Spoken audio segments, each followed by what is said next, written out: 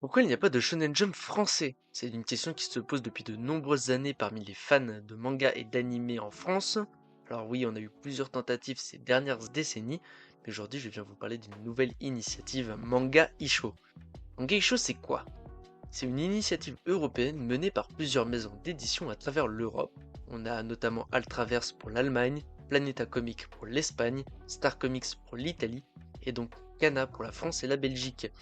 Le but est ici de produire un magazine de prépublication de manga comme le Shonen Jump au Japon à l'échelle de l'Europe. Mais c'est quoi un magazine de prépublication de manga? Il faut savoir que c'est un genre très populaire au Japon. Tous les plus grands mangas de ces dernières décennies sont issus de magazines de prépublication, notamment le cas pour One Piece, Dragon Ball, Naruto, l'Attaque des Titans, etc. Le plus connu reste le Weekly Shonen Jump qui sort un nouveau numéro chaque semaine. En effet, ces magazines sortent de manière très régulière à un rythme soutenu. Par exemple, le Shonen Jump est hebdomadaire, d'autres sont mensuels, et ce ne sont que des exemples. Ces magazines proposent à chaque sortie un certain nombre d'histoires. Par exemple, One Piece a un nouveau chapitre chaque semaine, mis à part en cas de pause. On parle de prépublication puisque ces chapitres qui sortent chaque semaine finissent par être réunis dans un volume relié, mais pour ça les séries doivent durer plus ou moins longtemps. Cependant, la concurrence est grande pour faire ce travail, donc les magazines mettent en place des systèmes afin de jauger la popularité de chaque série. À la fin des magazines, on peut donc voter pour désigner nos séries préférées. Celles recevant le moins de votes sont annulées par les éditeurs.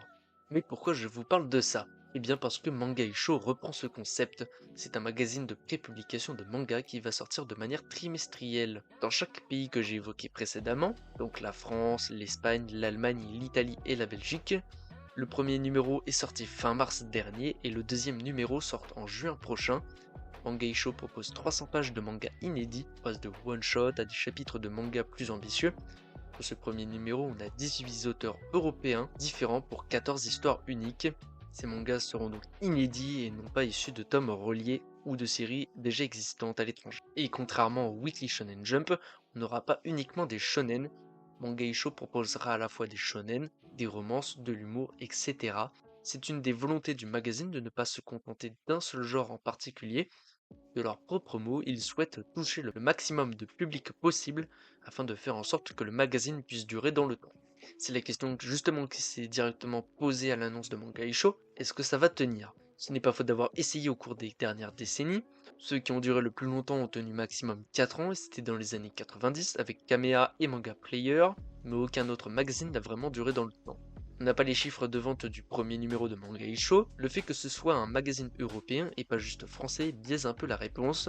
Ça peut très bien fonctionner en Italie par exemple, mais pas du tout en France. Il faudra sans doute regarder sur la durée, et notamment le second numéro qui arrivera dans un peu moins d'un mois. La question du prix se pose aussi.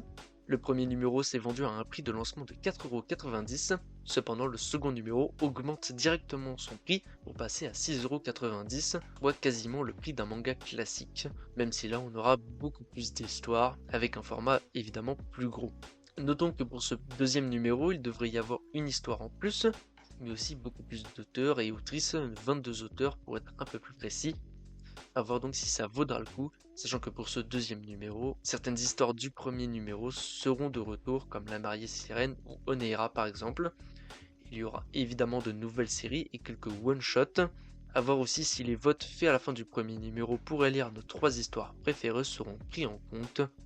A voir également si les séries publiées dans ce magazine sortiront réellement en tomes reliés. A voir si certaines cartonneront sur la durée.